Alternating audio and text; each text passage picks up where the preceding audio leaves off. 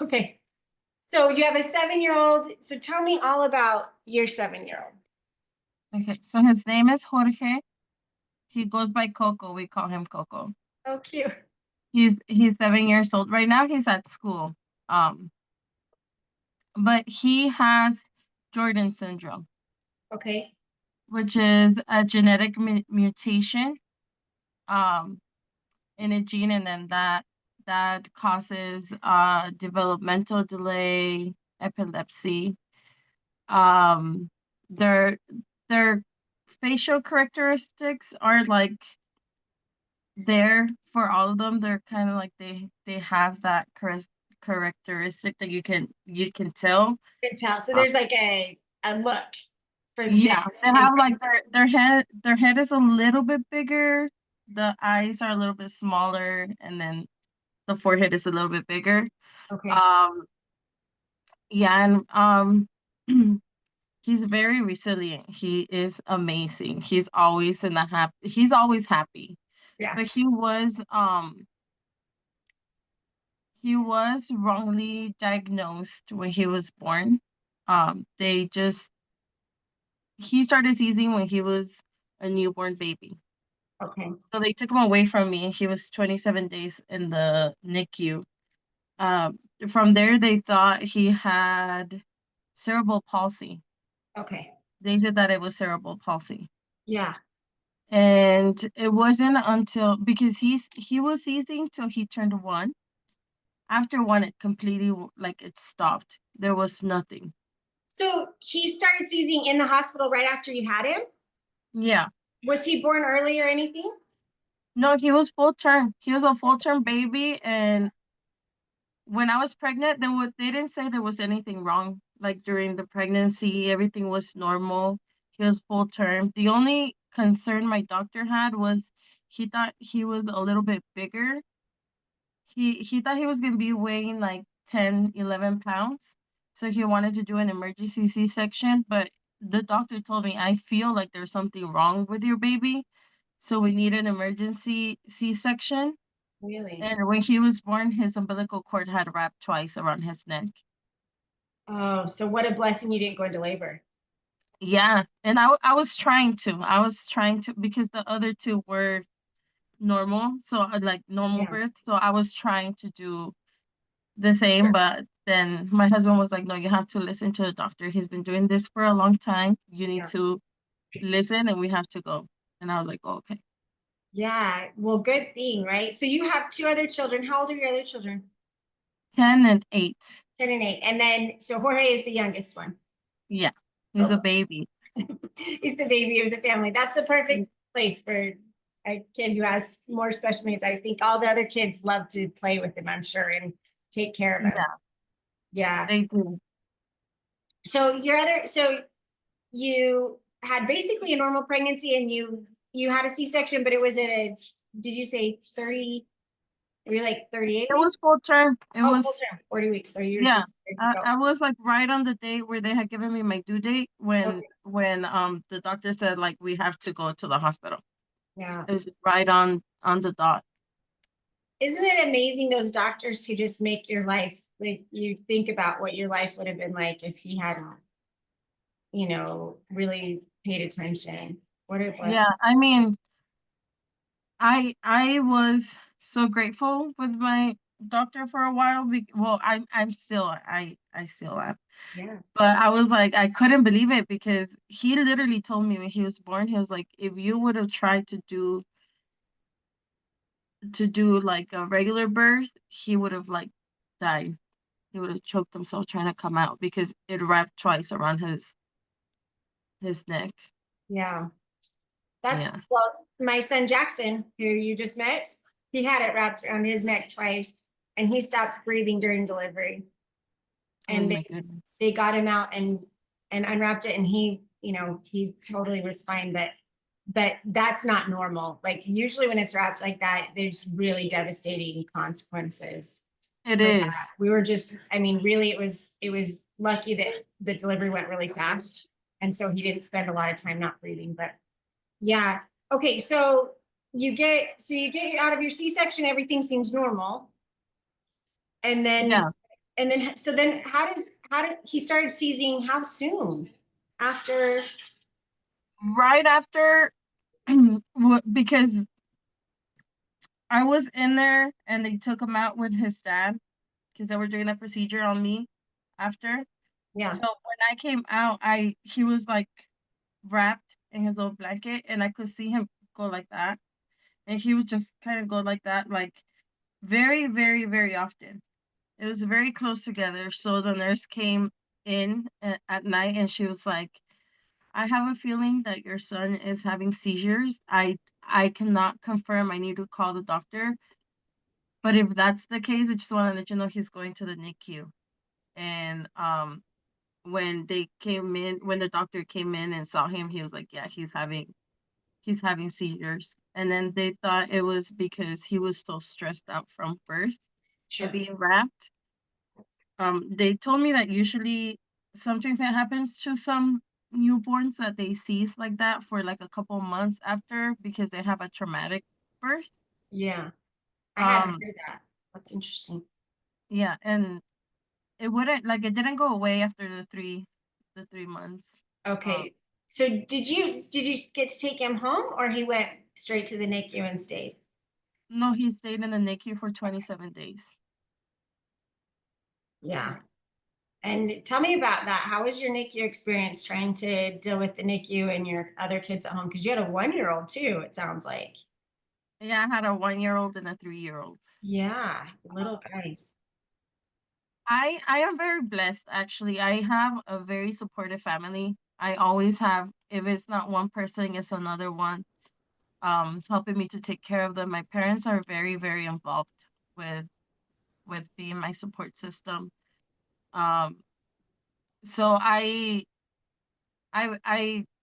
think it was more the missing him because he was in the NICU and I couldn't like I didn't have him. I came home empty-handed. So I think it was that was like the hardest thing to deal with because every day somebody would come pick me up and take me because my husband was working as well. So somebody would come pick me up, take me, and my kids would stay with somebody from our family. So I had in that sense, and the hospital was very like you can call anytime and everything, but it was just being home and not knowing um how he was gonna how he was gonna spend the night because I couldn't stay with him and stuff like that. Like that was the hardest thing. That hit the hardest. And well, it's good. I always ask about the family support, and so it's great that you have. So does all your family still you still live all around each other? Yes, Oh, yes. that's great. Actually, right now his condition, um, for some children the condition is very mellow, like they don't have a lot of difficulties. For him, his epilepsy awoke like on May 2023. Okay. It came back full force. So When he was like 3, 4-ish, is that right? Oh no, 23. That was 6. So he was just last year. So 6, like just 6 years last old. year, yeah, like it came back full force. It just like it started with seizures that were like 15 minutes long. Um, then it went from like having 3 seizures, 15 minutes long, like with 5 minutes to rest. And now we're at like seizures that last an hour and a half Right now. right now. Yeah. And So and right is he now on a medication for the seizures? he's on, we're on the fifth one, but his body kind of, it makes antibodies for the medication. So he'll have honeymoon stages where he's really good and it works super good and he's okay. But like once a month it was where like it would just shoot out and we were at the hospital. And Very scary. it's really scary. Um So is this, and this is what's common in, sorry, tell me one more time what he has. He has a genetic, a genetic mutation. It's in the gene PPP2R5D. Uh, And yeah, it's so it's Jordan syndrome. and mostly it presents with seizures, or what other, like, are there other things that have come along with it? Developmental delay, low muscle tone, Okay. and it could they could have like sensory or social um problems. Like they cannot. He does not want us touching him. Like Okay. that's a no Yes. go. So how do you mentioned that he's at school. How does school go for him? What is school like? Is he in a special school? Is he in public school? And how does that all work? When did he start? Like just all the things about school. Like what have you found? We're kind of looking into school now. We're starting that. Millie's turning 4, so I'm like, or she turned 4. And so I'm super curious about how people found their school and what they like about it, what they don't like, and all the different things. Well, he started school when he turned 3. Mhm. It was just like half day. It was like a little center, and he would go. They do therapies and all of that like during his day. And was that Then through the public school? I guess I should back up for 1 second and say, so as far as his developmental delays, was he sitting, crawling at normal times, or what is, like, what's he, how's he developmentally in that way? okay, so for him, he's one of those cases that are like I would say severe because there's kids with with Jordan syndrome that can't walk, talk, and they're able kids. Yeah. He is nonverbal. He's wheelchair bound, and I I think he's very smart. He is a little smart cookie, but with those two, he is in a special day class at a Okay. public school right now. Yeah. Um, they are an amazing team. Honestly, I love their team. Um, And he's been going since he was 3 to the same place? no, we used to live in Anaheim, so he was going Okay. to like a special needs. I don't want to call it special needs. It's Not a lot of okay. people. Medically complex. I'm like not a lot of people like that term, but it was it's because that's what they used to call it, a special needs school. Yeah. In Anaheim, but we moved here last year to Riverside. So he started in this group last year, like here in Riverside. Um, I feel since it's just a special day class and it's a like a regular school, and he's one of like the most severe cases in his class. Yeah. Um, they can focus a little bit more on him. Yeah. So he's been thriving here. Like he has been thriving. So this school compared to the other one has way more, you feel like, attention to, Yeah, like, because it's still a small class, but he's one of like the less severe cases. yeah. I mean, one of the most severe cases were like the other school. He was one of the less severe cases. Yeah. So I feel like over there they had. I mean, it makes sense. They had to focus more on the severe cases, which makes sense to me. Yeah. But Yeah. here he's like most. I don't know. I just love it here. Yeah. Well, I think sometimes that's all it is. It's just a feeling. It just feels good. It feels right. Right. You just like Yeah. it. So is he on a G tube then? He is. He was able to have a bottle Okay. with like Pediasure before, and he started eating like blended foods and stuff like that. Last year, no, it was this year around March. He had a really big seizure, um, and it affected like it caused scar tissue on his brain. So from there, he stopped being able to like swallow his food. So he's just like purely G2 fed. Um, with his condition, they're low tone, so he's really, really skinny. So the G tube was placed on December just like as a backup for to be able to gain a little bit more weight. Right now he can't have anything through the mouth, and sometimes he struggles like really bad to swallow his own saliva, so he's always like being suction and stuff. That's what we have. So my daughter Millie, she has a hard time swallowing her own secretions, always. And she's gotten a little bit better, but yeah, so we're non NPO too, nothing with orally, no oral food. We're working on it. We'll see. I don't know. But so he went, and you're just saying this was this last December, so like a year ago he went on the G2. On the YouTube, yeah. And how is that working with school? Do they do it or do you just do all that at home? They do it. They're very like on top of it. That's awesome. Uh, That's they're really awesome. they're they're always like sometimes I feel like when we're out of the hospital, it takes me a while to kind of like and get paperwork and everything. But they're always like, if they can help me, they'll like call the hospital and be like, we need this, and that.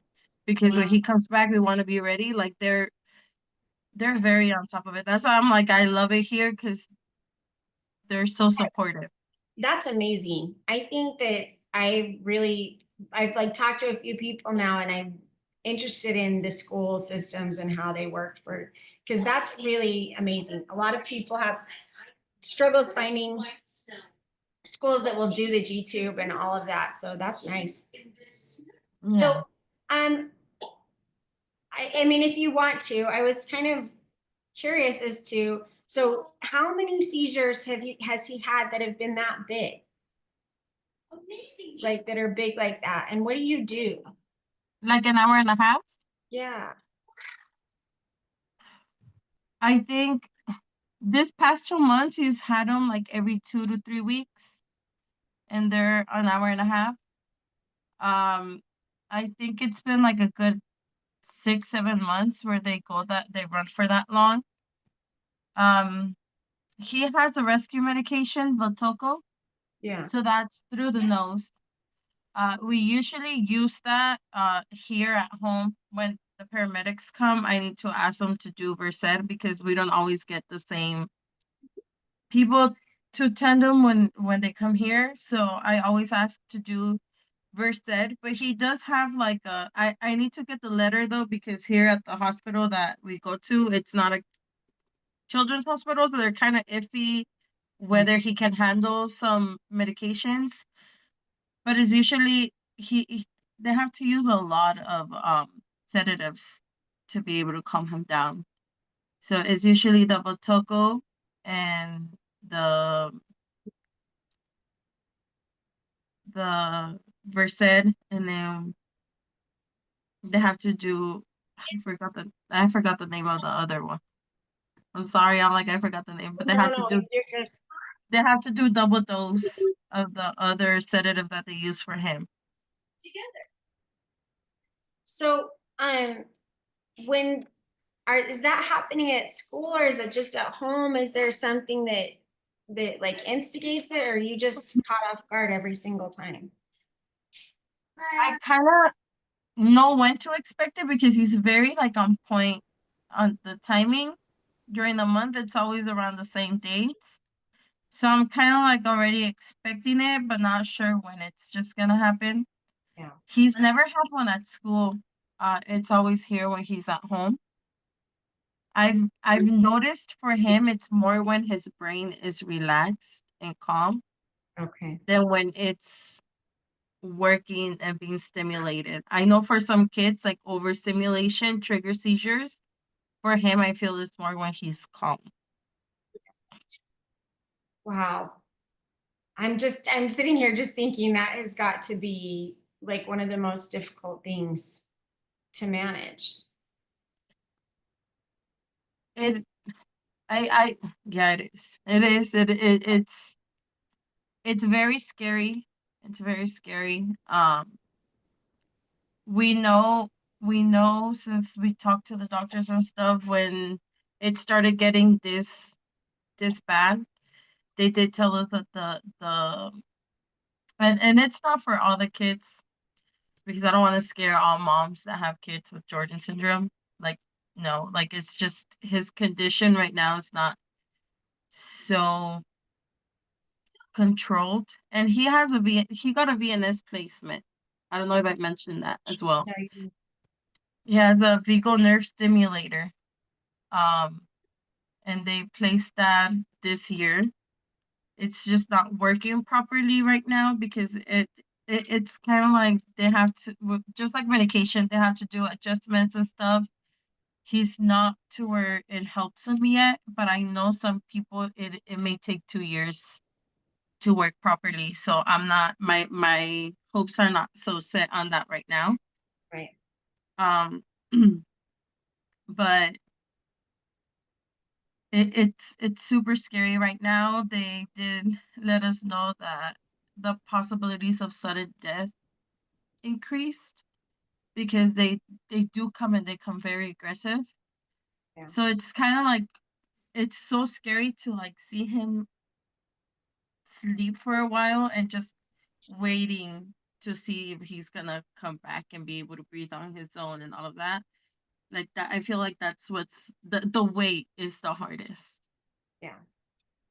Yeah, but I as soon as he opens those dark brown eyes with those beautiful lashes and he gives me a smile, I know we're okay.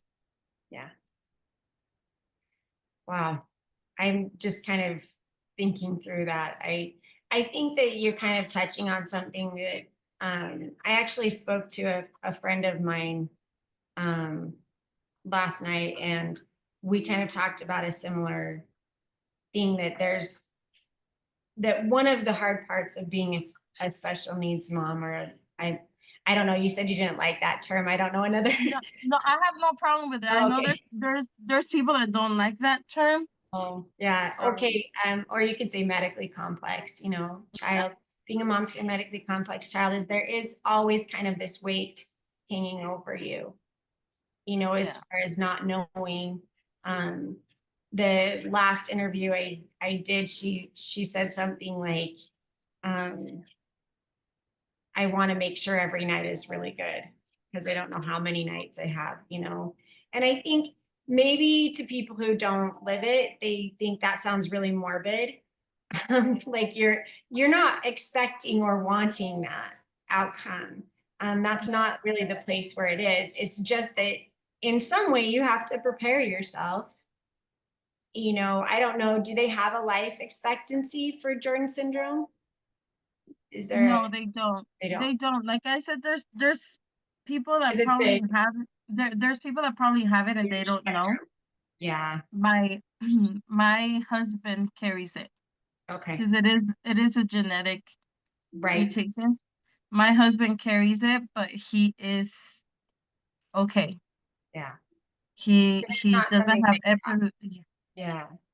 I also had a friend a long time ago who they told her daughter or their daughter, they said she won't make it to 5. And I think she's 40 now. So it's hard, right? Like you don't know or she's in her 30s. The daughter's in her 30s now. But yeah, you don't quite, you don't want to expect really bad things, but you also want to be prepared in some way that, that we're going to give the best life we can for as long as we can. Um, and so yeah, I think that's kind of that for me, that's been something that um, has really been eye opening. I have my 6 other children, and it never once crossed my mind that I would lose them, right? yeah, But since since really the day we brought Millie home, we've had different things happen where I had to kind of come face to face with that. So I guess one of my questions, and I'm asking this a lot now, is what do you do for yourself in order to like in order to think about that, but also not make it your life, right? Like because you can't live in fear. Like how do you have like certain things that you're like, I'll, I'll take it out and I'll think about it for a minute and then I have to put it away or um like um does that play a part in your life, like, or have you gotten past that fear of just I feel like at the beginning it was super since the beginning with him, it was like super scary. And there was a time where I was mad at I believe in God. So Yep. I was mad at God because I didn't understand it. I didn't understand it, and I feel like you hear a lot people say like, "Oh, everything happens for a reason," or "There's a reason behind all of this." Like I didn't understand it. I didn't see, like, to me it felt like he got cheated in life. Yeah. That's how I see it. That's how I used to see it. Um, I feel like I work so much and I work so much understanding my grieving process. And there's that a lot of moms don't know that you have to go through a grieving process when your kids need so much, Yes. because you're grieving their health, you're grieving a lot of things, you're grieving all the memories that you have with your other kids. Like you're grieving all of that. And I feel like I work so hard on my grieving process and understanding it right now.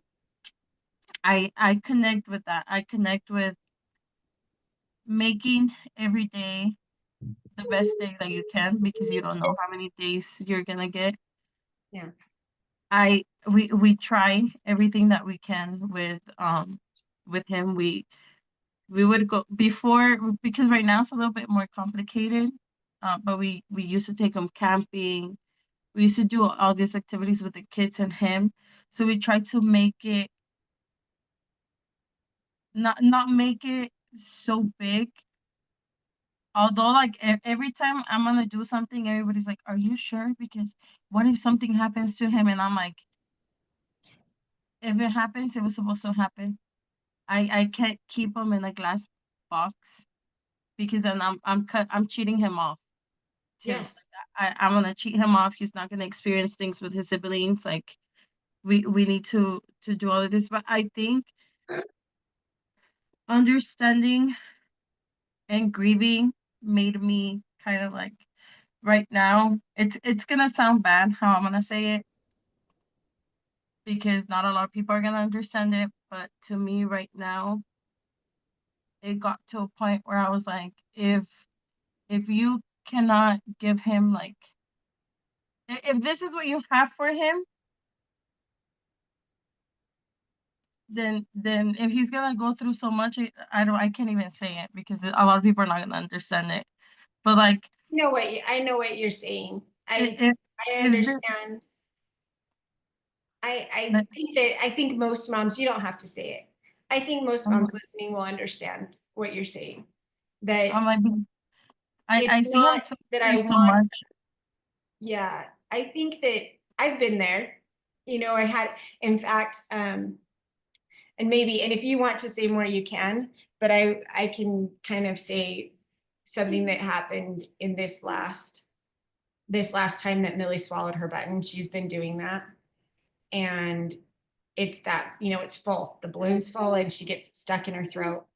And my son was calling the paramedics and I was trying to get it out. And I didn't know how she had done it because I had her all wrapped up and she had overalls and everything. And she somehow got it out and somehow got within 1 minute. I literally turned around and then I turned back and she had reached down inside and gotten it and swallowed it. And I think I was trying to explain it to my kids afterwards. I'm like, you know, I don't want that to happen to her. I don't want her to pass away. I don't want that. Um, but she will be okay, right? Like the Yeah, rest of us will really be sad, but she'll be released from some of the troubles, and I don't know if that's the right way to say it. And I'm sure people might not like that either. Um, yeah, and of course, I'm going to do everything like I did. I mean, I got it out. But it's a hard thing when you're watching someone struggle over and over again, you know, and this has kind of been our new thing, but before it was breathing and, you kind of go through phases. Like you said, you had different things and now you have these kind of grand mal seizures that are pretty consistent. And I think it's hard as a mom to watch your child struggle in that way. yeah, Um, and at the same time, really wanting only good for them, right? yeah, Yeah. And so yeah, I think, I mean, yeah, I guess that's the best way for me to explain it. Like I would, I would have the worst end of the stick, you know, if Yeah. something really bad happened, I would miss. Yeah, that's what, like, now every time that something happens, I'm like, it's okay, God. I'm gonna trust you. You know what you're doing. There's just give me the strength to get through Yeah, if you decide that it's time to take them whatever. with you. Like, yeah. Like, just give me the strength to be able to handle it because I have other two that I have to be here for. So that's pretty much where I'm at with like trying to like grieve and doing all of this. Like, just that was the hardest thing to understand, that I still have to keep going because I have other two that need me. Yeah, I think that I've noticed that something happened when Millie turned 3. And for the last year, I've been really like trying to push harder on being more present for everything and not just falling into, I mentioned before, like I had gained a bunch of weight and I had done all these things. And for me, I just started to feel like I wasn't even a human anymore. I was Yeah. just like a medical, that's it. We just, we still haven't slept through the night. We hadn't slept the night in so long. And I think kind of what you're talking about with the grieving process, I think it's something that is hard for everyone to understand. I don't think every mom, and I kind of love that, and I'd love for you to talk about it a little bit more for moms that are just beginning, because I think had I done that sooner and just said, we're going to put away all of those hopes and expectations and replace them with the reality and the real hopes and expectations. And I feel like once I finally did that, man, things got so much better. Like, you It know, does. yeah, right. Kind of like what you said. It was just like, okay, that's all gone. None of that stuff is going to happen. And so I loved how you talked about that grieving. And I feel like it's something that maybe should be talked about a little bit more. Like, go ahead and be sad. Because I think a lot of times special needs moms have a consistently good attitude, right? Like I do. I really think they do. Everyone I talk to, I'm so blessed. I'm so loved. I see so many miracles. And that is true. All of that is true. We are so blessed and we're so loved and we do get to see lots of miracles. But the reality, I think if we try to pretend like there's not a place where we're sad about the way things are turning out, then it doesn't work for very long, Yeah. right? Yeah. I feel like it takes a lot of work for you to, because you feel I feel like a lot of moms, I'm listening. I just it's okay. Millie's A gonna lot of come right moms, in. hi beautiful. Say hi. A lot of moms feel guilt for grieving. Yeah. And a lot of the comments that you get from, and I get it, a lot of family members try and give you like hope, but in that hope they kind of like make you like those comments that are like, it could be worse, you could not have them here. And it's like, no, then you don't understand me, and it makes it harder for you to accept it. um I always say now, and I try to remember to remind myself that not being okay is okay. Yeah. If you're not okay, it's okay. If you need to cry, cry it out. If you feel tired, it's normal. You don't have to feel guilt over it. Yeah. Um, if if you and then what you said about expectations, that is true. You need to, I feel like we need to face reality a little bit, because I used to do that when we started therapy and they do the goals, and they're like, oh, he was 6 months old, and then they're like, oh, what's your goal? And I was like, okay, so my goal is for next month he's gonna sit up, or he's gonna do the and that wasn't, it wasn't gonna happen. It didn't happen, and I broke my own heart because Yeah. we wouldn't get there. Now, if you ask me what my goal is, I want at least 3 weeks without a seizure, Yeah. and I want him to be okay through all of that. That's my goal. I don't make unrealistic goals for him anymore because I feel like I break my own heart, and it's hard. It's really hard.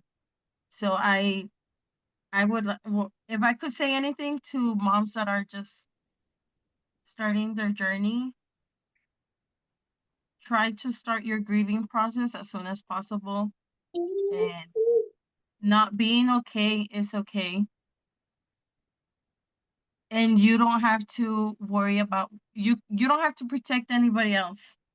You don't have to pretend that you're happy all the time and you're okay all the time because you're trying to protect your partner, your family.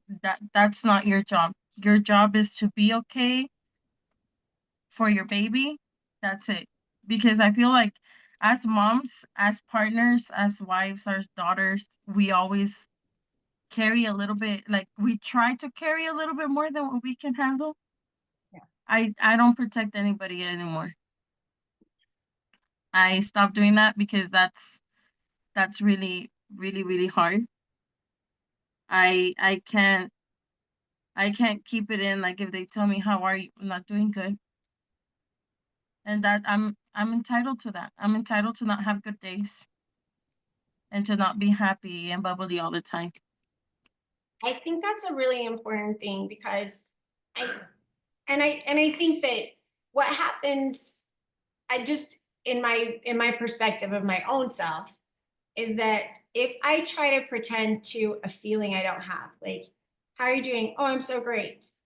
Um, then it makes it so I didn't get a chance to think about how hard the day was, right? And then you don't deal with it and use yourself to actually make that be true, right?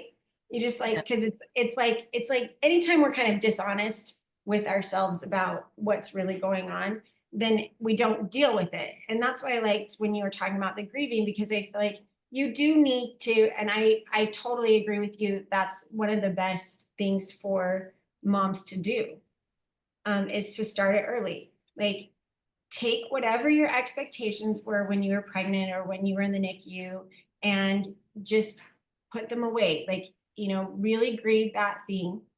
And what happens is it opens you up to be excited about everything that comes next, right? Yeah. You're just, when, so I did that about 2 years old. I was saying between 2 and 3. I was like, here's the deal. She's not going to crawl. She's not going to, I'm just going to put all that away. And then she started crawling. And it was like this thing because it was so unexpected, and she doesn't crawl a lot.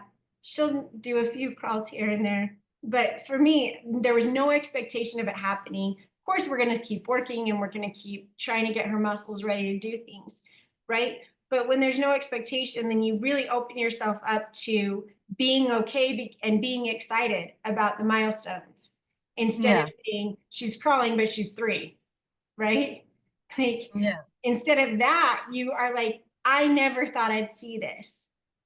And so I think that's what you're talking about. Like, once you've put away every expectation and every milestone, then everything that happens can be amazing, no matter if they're 3 or 4 or 10 or, you know. But if you're constantly like, no, she should have done this 3 years ago, or then it just feels like, then you say, yeah, I guess I'm okay, but I had all these expectations and they're not being met. And now I can say, yeah, I'm great, right? Like, Yeah. 3 years old is a great age to crawl. Any age is a great age to crawl. You Yeah. know, Yeah. I feel like when you stop making expectations and then you stop comparing the other comparison. other if you have other kids and they met their milestones so they were supposed to, if you stop comparing to other kids, if you stop when it happens, because I it took him 5 years, no, 6 years, 5 years, yeah, like 5 years for him to be able to sit up. So when it happened, I sent the video to everybody. Me I was too. like, look at him, he's sitting up. I sent the video to everybody and I was so happy. And you savor it so much more. Like Yeah, it's more enjoyable like when it actually happens. And that's when people tell me you have to have hope. I do have hope, but I don't set expectations that are not there. When they told me he was a 3% of ever walking, I was like so shocked. And when I say it to people, they're like, "Oh, but they're not always right. It'll happen." And I'm like, "Yeah, but I'm not expecting it. no, So if I don't expect it and it happens, I'll enjoy it more. But yeah, if it doesn't happen, I'm not gonna hurt my heart." yeah. Yeah, I think that's exactly the attitude that has helped me. The other thing you said that I absolutely agree with, it's like my number one. So, and I'm going to tell just a little bit about us, but when you said it, I was like, yes, I totally agree with that. No, I don't. She doesn't agree, but she does. She's really into saying no right now. She's nonverbal too, but she does shake her head. Um, the the thing you said was, so before we had Millie, before Millie came to our family, we went on a lot of vacations and we were a really active family. I had 6 kids and they were all, pretty active. And Millie came home and it was probably a year before we did very much, because of kind of the extremity of her needs. And she was almost 1. And I looked at my husband and I'm like, we have to live. We have got to live life. Like our other kids need it, we need it, she needs it. She needs to live life, right? Like it's really, really important for us to live. Um, and so that, like when you said you still went on vacations and you still camped and you still did all the things, like when we started doing that, I started to be able to cope with things so much better,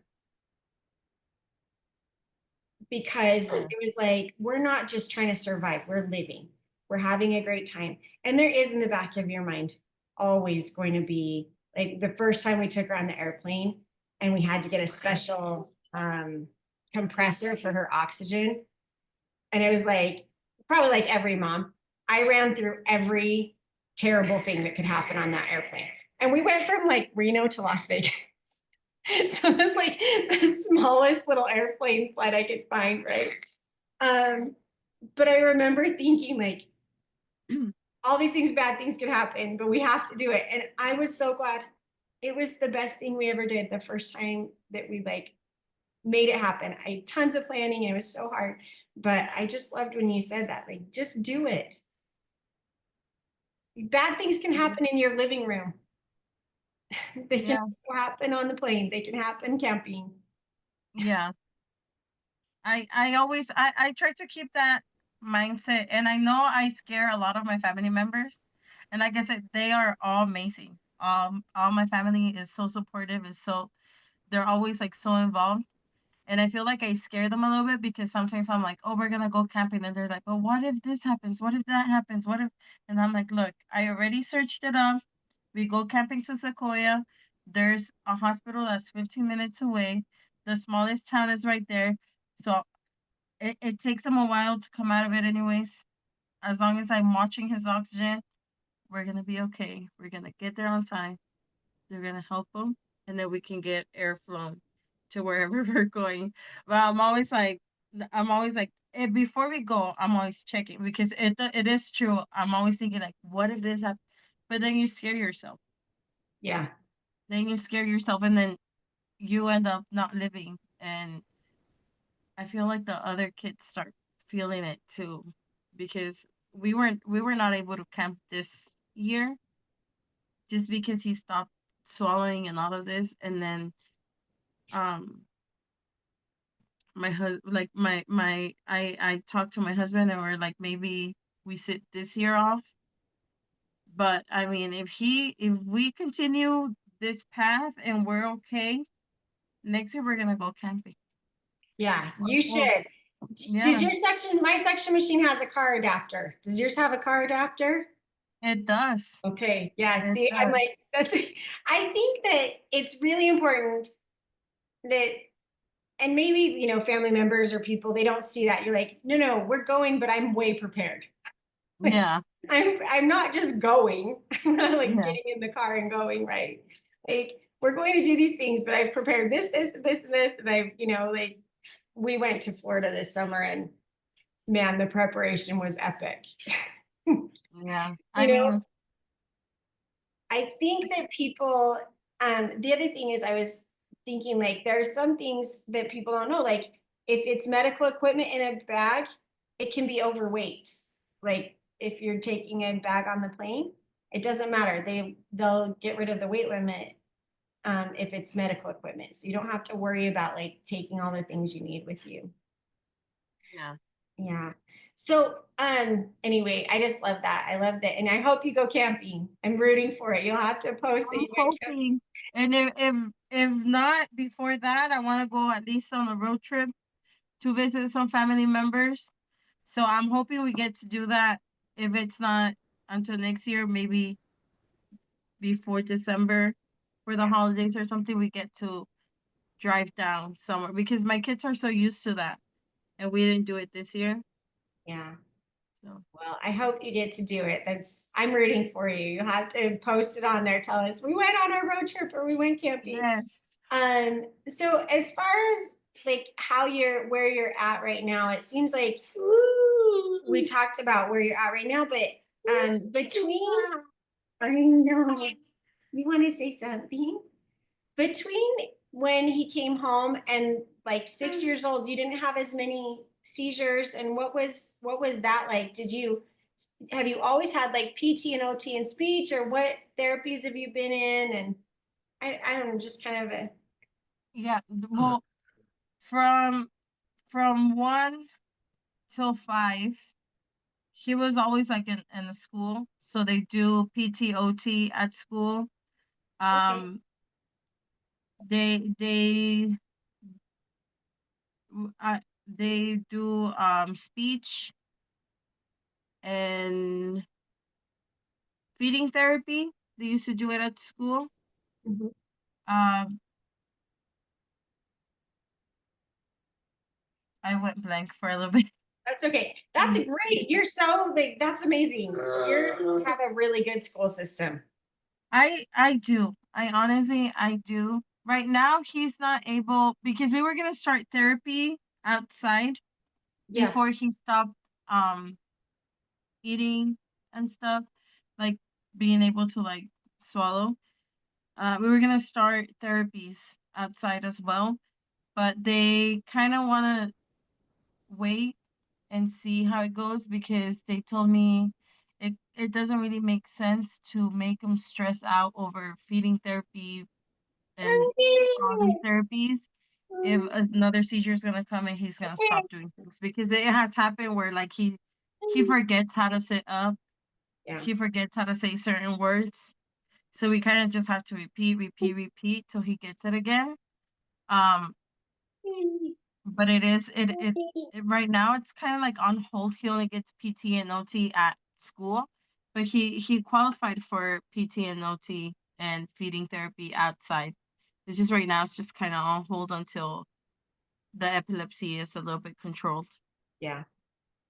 And so tell me a little bit more about you said he got a a nerve control. Was it nerve control?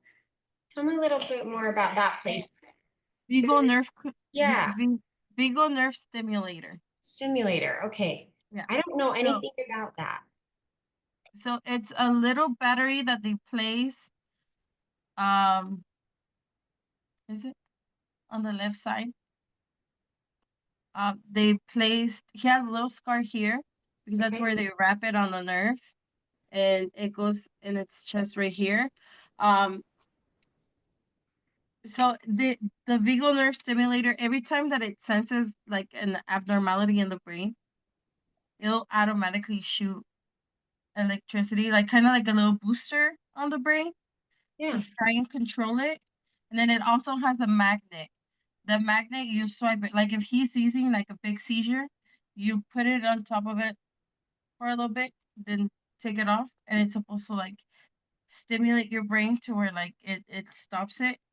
Okay.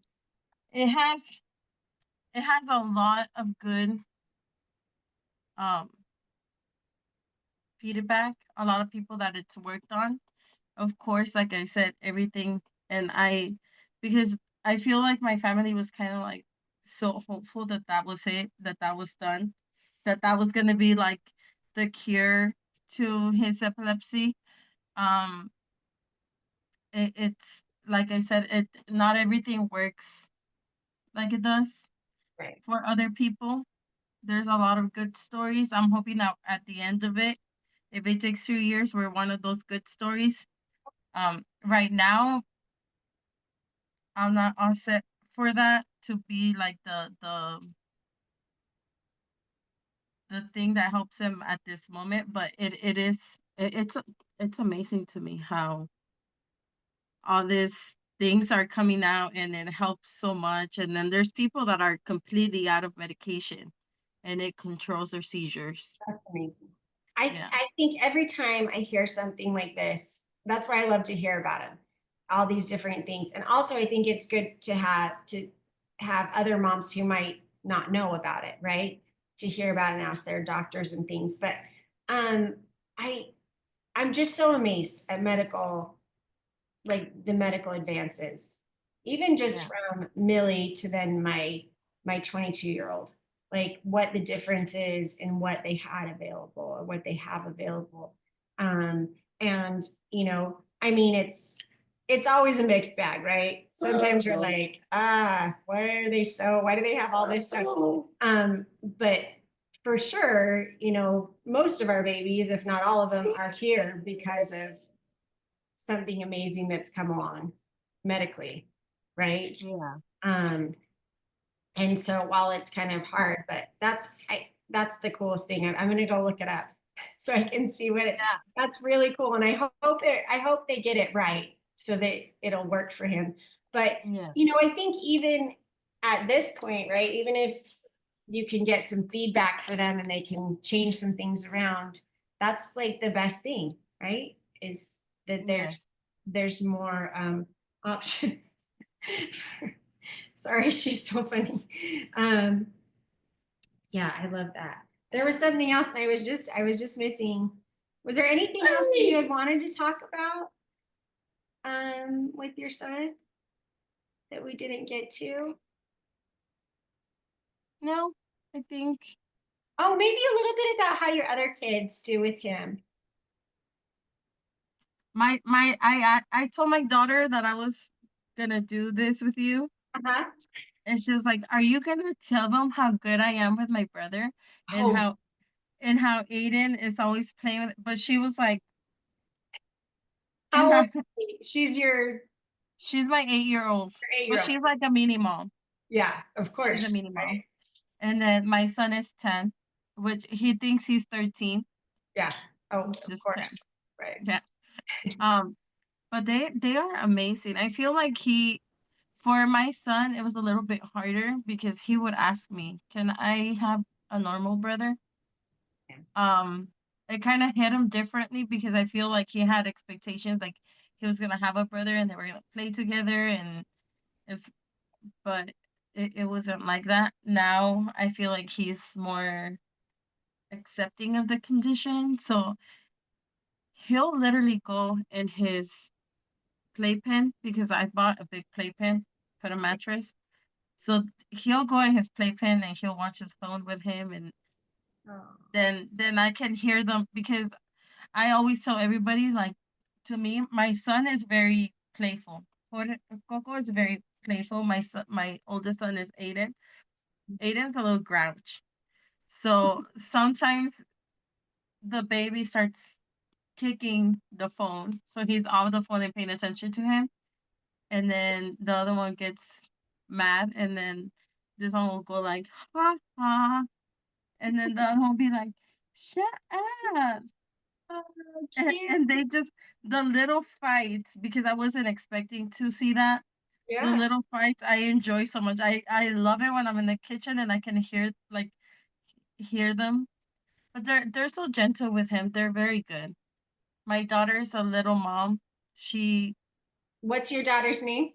Marianne. Marianne. Okay. I'm gonna say hi. Hi, Marianne. I hear you're a great big sister. Then you can when you play it. Yeah. She's she's she's she's amazing. I feel like they're very involved with him. So now they're kind of like every time I'm gonna do his meds, I draw his meds up, and then they're like, can you help me put him in? But I'll do it. So they take turns at night.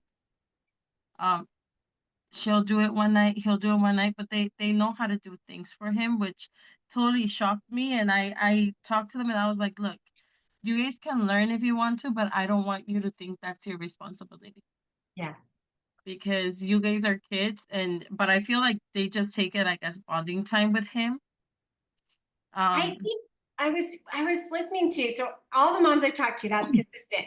Like all the other kids help out. And I was thinking over it, we were kind of talking about it, and I'm like, I really feel like it helps them feel like they have some control. Like, and being helpful is always good, right? yeah, And then and like, it's part of like the protect. I feel like they're protective as yes, well. yeah, I think so. I just love that. I love hearing about all the little kids, the siblings who enjoy it. And I think if you do a lot of things to try to keep living, right? Like you keep doing things, then they don't feel like they're missing out. I asked my youngest, but for her, 14, and I asked him, like, do you feel like you missed out on anything? And they're like, no. I think we earned so they're like, I think we have better knowledge and we Yeah, get my they all in high school, all of them that were kind of younger when she was around, when she came to the family, um, have started working with the special classes at school. And they're like, it's good for us because we don't get freaked out about anything. And they're like, they need kids in the classes because they're like, the other kids that don't know about it, they get nervous about this or that, or the throwing or the spitting, or, and they're like, oh, it doesn't even phase us. yeah. I feel like that it kind of gives them awareness of like other situations, and I don't know. It to me, I feel like it makes them kinder. I think They so. understand. They try to help out, and they're not like. I feel like it's really hard for other kids when they see because we've had that situation where we go to like the market and then they're staring at my son, and then the oldest one kind of goes like, "What are they staring at?" And they're, but I'm always like, "It's okay. You all you have to say is like, do you have questions?" His name is Jorge. That's it. You don't have to be rude about it. They don't understand it because they don't live it. Yeah. So I feel like it helps. I mean, I don't know. I feel like siblings of baby like special needs babies. I feel like they have more knowledge. They have kinder hearts. I don't know. I could be biased because I have my kids. I know. Well, I guess you're singing to the choir because me too. I'm totally Yeah. biased, maybe. But I think that there's something that we want to teach our kids, right? As we want to teach them to be kind and loving to everybody that they come in contact with. But I think, I feel the same way when people stare, when people ask if I was telling somebody else, I'm like, we were at I was at a new church meeting and I hadn't been there before. And the lady looked at me and she's like, does she have some kind of a syndrome? I was like, I think a lot of people might be offended, but it was kind of like, well, what else does she? I mean, at least she's asking and not just making something up in her mind. I don't know.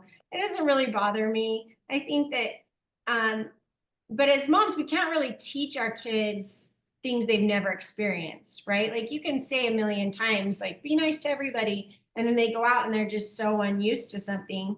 And so I feel like our kids definitely um, get a benefit of they don't have any snap judgments about Yeah. people, right? And so it's like if people are different or have a problem or they don't even notice. They're like, oh yeah, my sister does that. Or Yeah. I I actually I love it because for Jorge's school that they let us last year go to a field trip with them. So oh I had to drive in my car, but I could take my kids and then we could be part of yeah, the group. Um, I love it because my kids they fit in with like other kids would kind of like avoid everything, but like my kids are so excited when they go to like open houses. They love to play with the kids. Like they're so excited about going to to his school to pick them up and seeing all the kids and seeing the teachers. Like I feel like they're very better prepared for every situation I now. definitely think that. I think that's true. And I mean, it's been my experience that all the ones I've talked to so far and all the people I know, the siblings really love. I mean, she's the very favorite child of the whole house. Yeah. You know, I'm sure that's how your son is. Like, if there's a favorite sibling, the kids all want to be with her. They want to, I mean, mine are older, so they pass her to like kid to kid, and we even have fights who's going to get to hold her. So, I know. That's the same here. Like at night, there's always a fight. Like, no, I'm doing his meds. No, it's me. No, it's my turn. There's always that little fight. They're always like they always want to be with him and they always want to be around him. So, I mean, I love that. I love that. me too. So, I guess this will kind of, we probably have to wrap up. Let me see. Oh, yeah, we're going to have a therapist coming here soon. Um, so, this is a question I haven't asked anybody yet. And so you can tell me if it's something you want to talk about or not. But how, how has this affected or has it affected your marriage at all? And have you had some struggles or like, what do you, just kind of that relationship? Because I know I've had a few things here and there. But Yeah, I feel like it was harder at the beginning. Um, I my husband's the one that mostly like he's always at work, so I'm always at the hospital. Um, but it was like I feel like it was really hard at the beginning, just like going through the denial, going through all of that, and then um, I feel like now it kind of like made us a little bit stronger. I know it's gonna sound like I don't know, but it kind of made us a little bit stronger. Like we do uh, try to communicate. We see things in another perspective. Like we don't make arguments out of the small things anymore because it's just like he goes through so much and then we're over here worried about like things that effective. yeah, I'm like we're more connect. I feel like it helped us actually. It's gonna sound weird, but it helped us understand each other a little bit better and trying to like get trying to work out things better instead of just like fighting and arguing. I always say I feel like my husband is a little bit too scared of the outcome in the situation. It kind of it gets him more or he tries not to show it, but I can see how it affects him a little bit more. Yeah. But honestly, it helped us a lot with other situations that we were struggling with, and right now he's doing so much better. Um, I he's been very supportive because at the beginning I did feel like he left me a little bit alone when he started seizing and being at the hospital so often.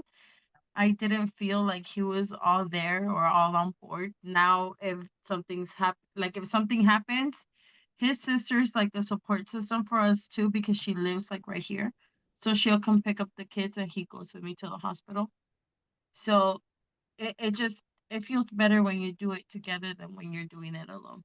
Yeah. And he's been trying. That's Yeah. been my experience with my husband, really similar to you. I think it took him longer than I wanted it to take him to get on board, right? Like we kind of, I think as moms, we like, okay, I understand all the situation I'm involved. And he wasn't not on board. He just wasn't like active, right? Yeah. And Like, because I could see it with him, I could see it when we're calling the paramedics once a month to be here. So I can see him, like, there's so much going on, but I can see him in the corner standing, and he's not reactive. So it took me a while, because at the beginning I was like, it would make me upset. As I'm saying, like, we used to have problems, because it would get me upset, and I would be like, why can't you, like, it has to click. Like, you have to get it together. Like, I'm getting it together here, get it together out there, move the cars, do this, do that. But it took me a while too to understand, like, we don't all process the same way. Like, he stays like, it's like a shock to him to yeah, see it. And although we go through it often, it's still like hard for him. And I've never really seen my husband cry until he saw him intubated. And that, like, to me, it was like, okay, like, it had to click in my brain that we don't all take things the same way. And I always say, I don't know, it's not to insult anybody, but I'm always saying that I feel like women are a little bit stronger in a sense when it comes to things with your kids, and it just kind of like shocks them, because you're yeah, you're kind of like survival mode, and I need to get them through this, and we need to do this, and then they just kind of like, yeah. I mean, I would totally agree. I think that's what my husband does. I think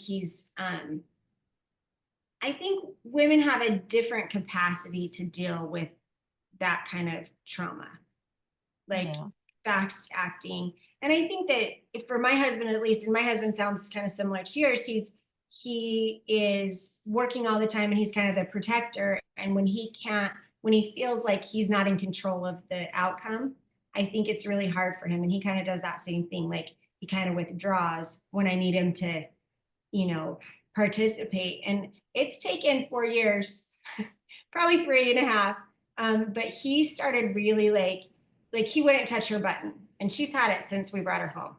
Um, and so she's had it since the NICU. And now he like can change it and do all the things, but it just took longer, you know? And I think that's hard as a mom. You're like, just do it. It's not that big yeah. a deal. I mean, I still don't trust my husband. Like, sometimes he'll like disconnected, Oh yeah. but I can see him like, so I don't let him get too much into that. But You know. yeah, I'm always like, because I'll be at the store, and he's hungry. I'm like, he's not hungry. He has a Oh my feeding gosh. time.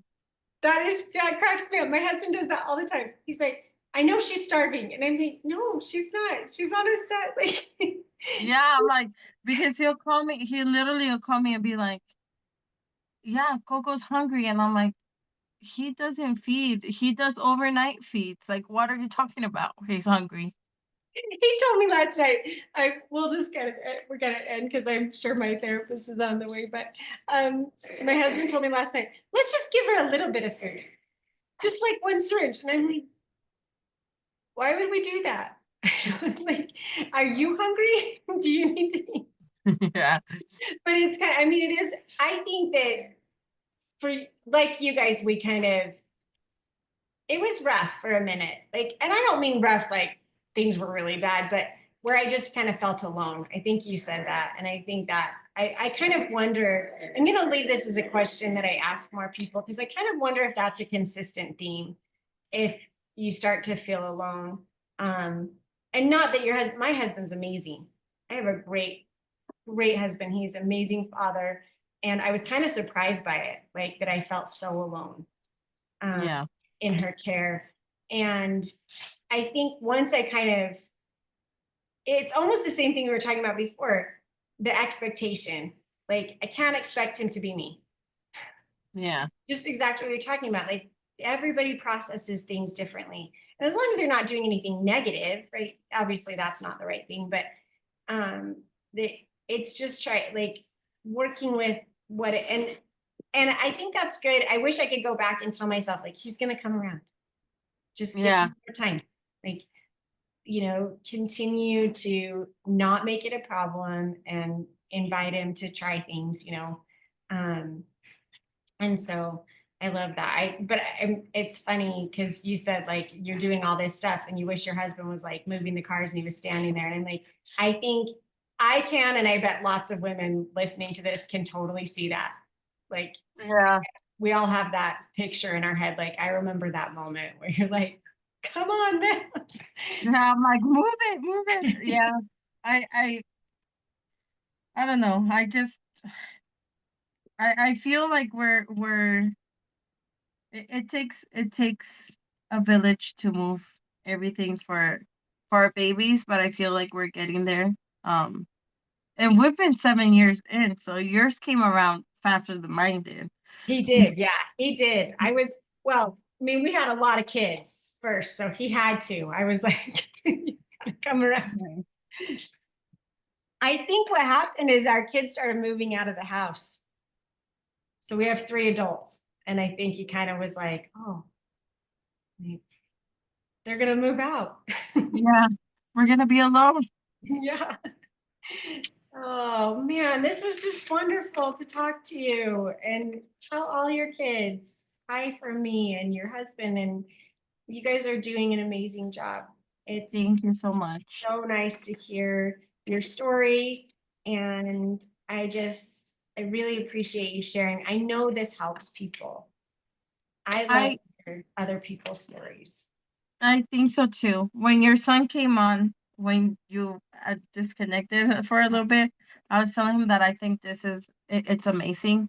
It's having a support group and having people you can relate to, and it helps so much.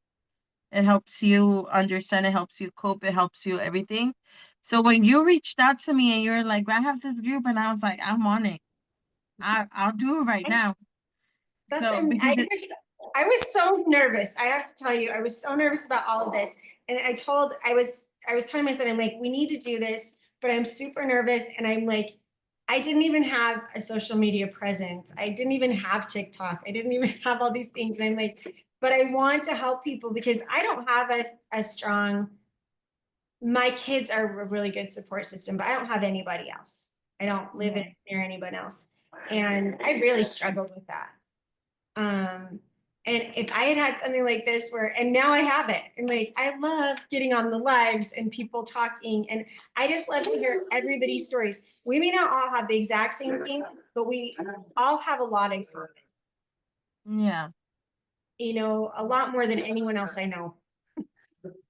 I know. I know. I've been in the page and I've been seeing all the stories and I can totally relate to it and I feel like this is amazing. What you're doing is amazing and I appreciate you for Well, helping me with it because it took me a while to find a group that I felt, like, oh, I want to join this group. So I totally thanks for reaching out. I love to be able to relate to so many people and then if if anybody needs help from me or something, for me, I'm always there trying to reach out. I'm always putting my 2 cents in.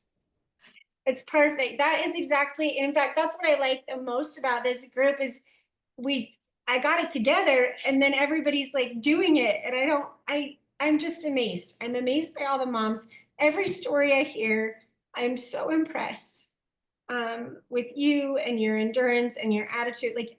It's just, I mean, it's something really special. And I really, really appreciate you sharing and being And a I feel like it went off the road when you asked me, what do you do to like kind of cope with everything? This is what I do to kind of cope. I go in there and I see if I can help anybody, give them feedback, and that kind of distracts me from just thinking it's just me and I'm going through all of this. I can relate to everybody else. So, I think that, oh, thank you. That's like the perfect answer. For me, that was the answer is I felt like I was in a slump and I didn't know what to do. And I really felt like get other people, help other people, not yeah. be where you are, Oh, feeling it's beautiful. It's very beautiful, and you have to have a special kind of heart to do this because it's a lot of responsibility. And I've seen your other videos. I just don't always comment because I'm washing dishes and stuff, and I'm like You're binge living. watching the videos. But like you're doing a really good job. You're doing a really good thing, and I at least in my part, I'm very grateful. Well, I couldn't be more grateful for everyone and you even taking the time to do this. So thank you so, so much. Give all my love to your family and your sweet little boy. And just, I really appreciate you. Thank you so much. Thank you. Have a great day. You too.